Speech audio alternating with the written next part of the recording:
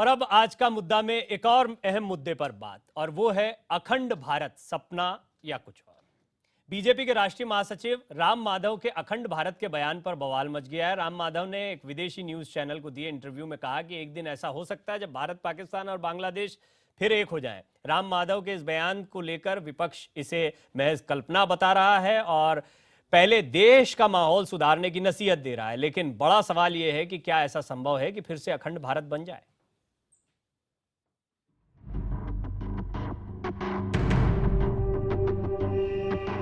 भारत, पाकिस्तान और बांग्लादेश क्या फिर से एक हो सकते हैं?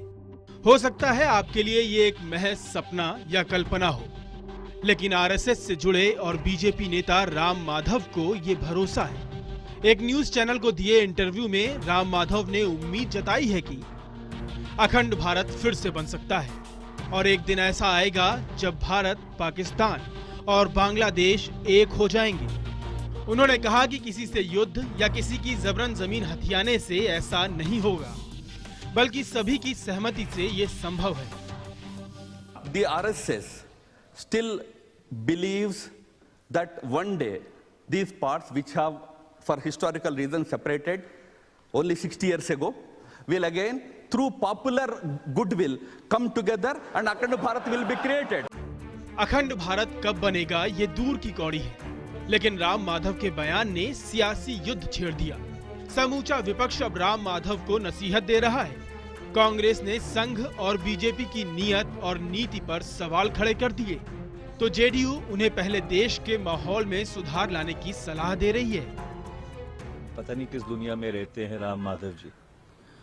ऐसी बात कहना बिल्कुल कूटनीति के जो बुनियादी असूल हैं उनके खिलाफ है। मजहब के नाम पर हिंदू और मुसलमान करना वो बंद करेंगे तभी ना ये तीनों देश का बनेगा, या इन देशों में भी शांति तभी रहेगी।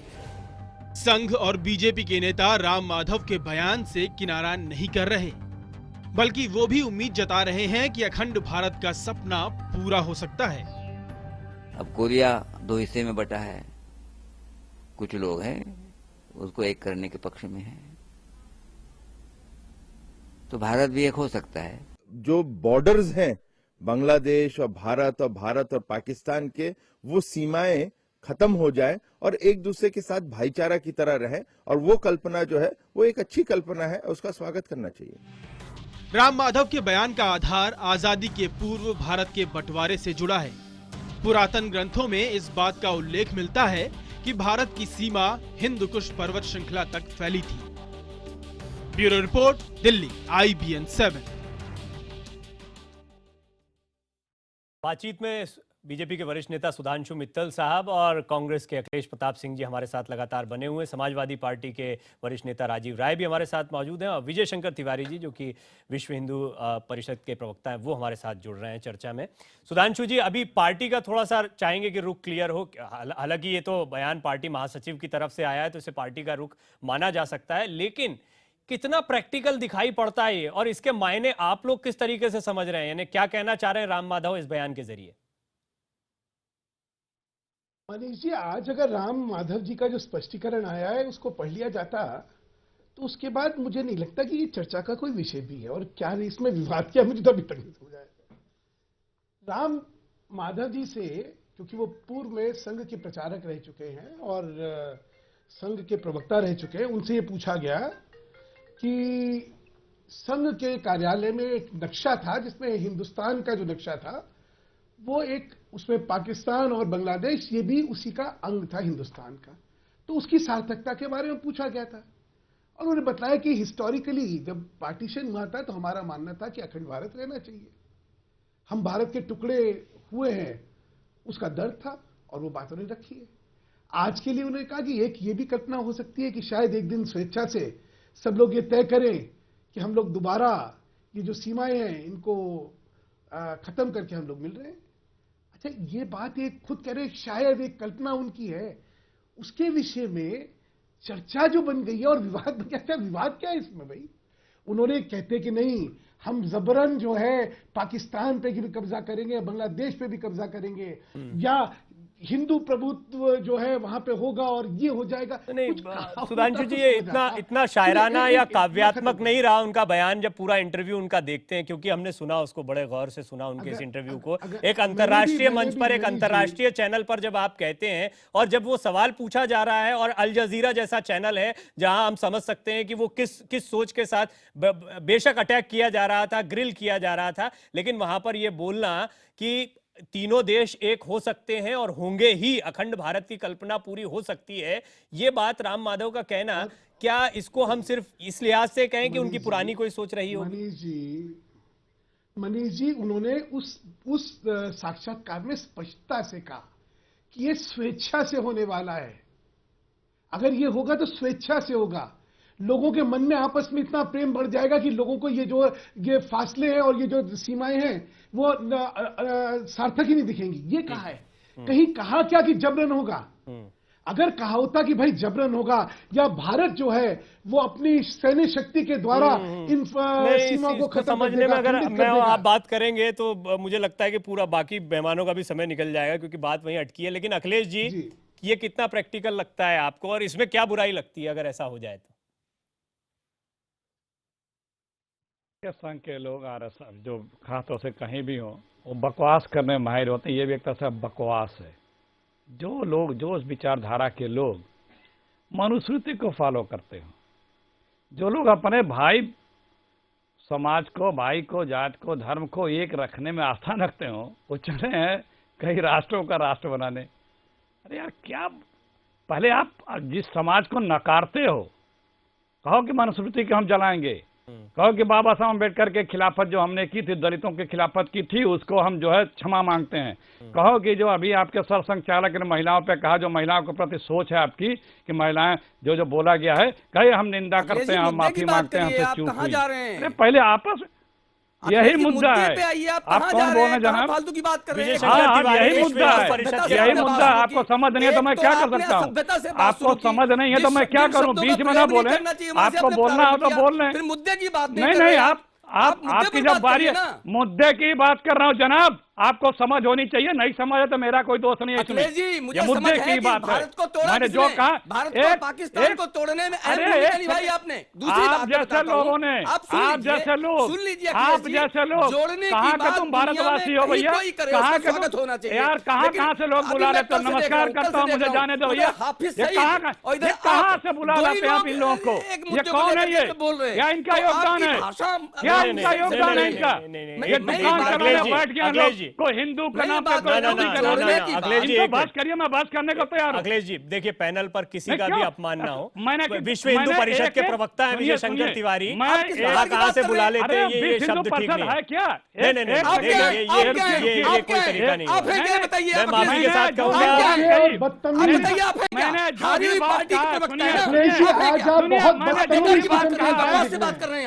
ये दलितों को एक अखिलेश जी आप बहुत ही जोड़ने की बात कर रहा है, महिलाओं को उसकी प्रशंसा करिए। हर विरोध के लिए विरोध नहीं करना चाहिए।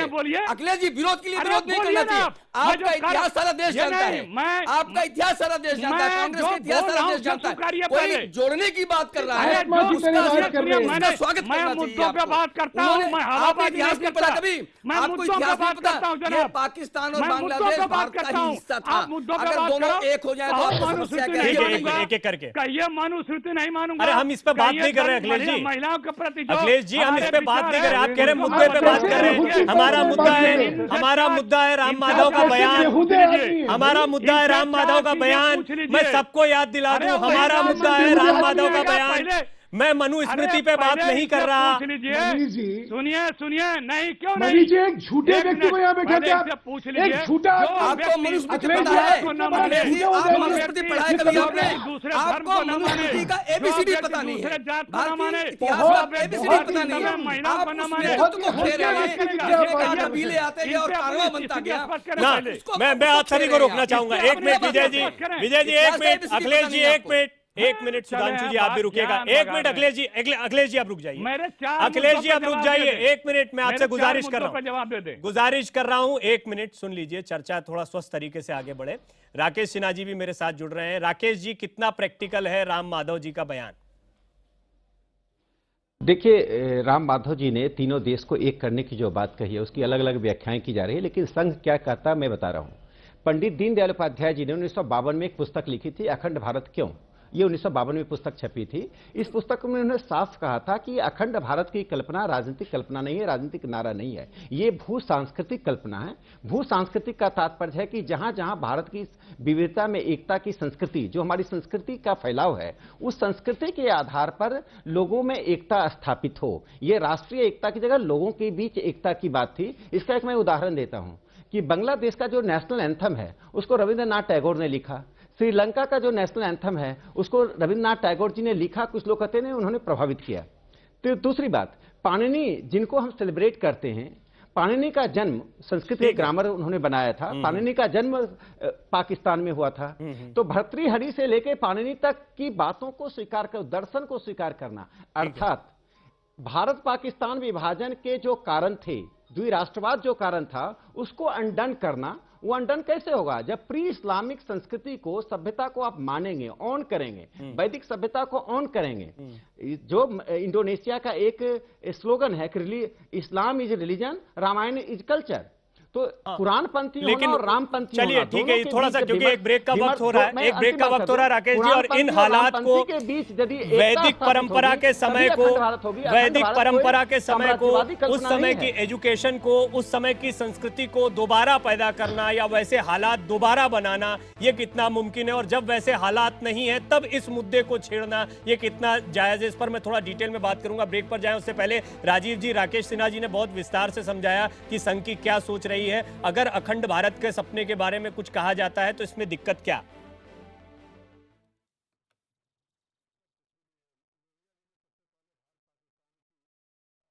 संघ की बात कही थी, बात के दिनों में स्वर्गीय चंद्रशेखर जी ने कही, जनेश्वर मिश्रा ने कही, समाजवादियों ने हमेशा इस बात को कही। लेकिन मुझे इनकी बातों को सुनकर खुशी होती है, इनके कर्मों को देखकर पीड़ा होती है। ये महासंघ कैसे बनाएंगे? अफगानिस्तान का वीडियो को उत्तर प्रदेश में लगाकर दंगा कराकर बनाएंगे, बीफ के नाम पर हत्या करके कराएंगे, दंगे फसाद फैलाकर कराएंगे। जो इनकी हरकतें हैं वो देश को तोड़ने वाली है। महासंघ की कल्पना करना, इनकी बातें बड़ी अच्छी होती है, अगर इनकी बातों को कोई ये बात इंपॉर्टेंट है, बातें बहुत अच्छी है, बातें अच्छी है, कर्म क्या होगा? बातें अच्छी है, कर्म क्या होगा? एक ब्रेक के बाद, एक ब्रेक के बाद।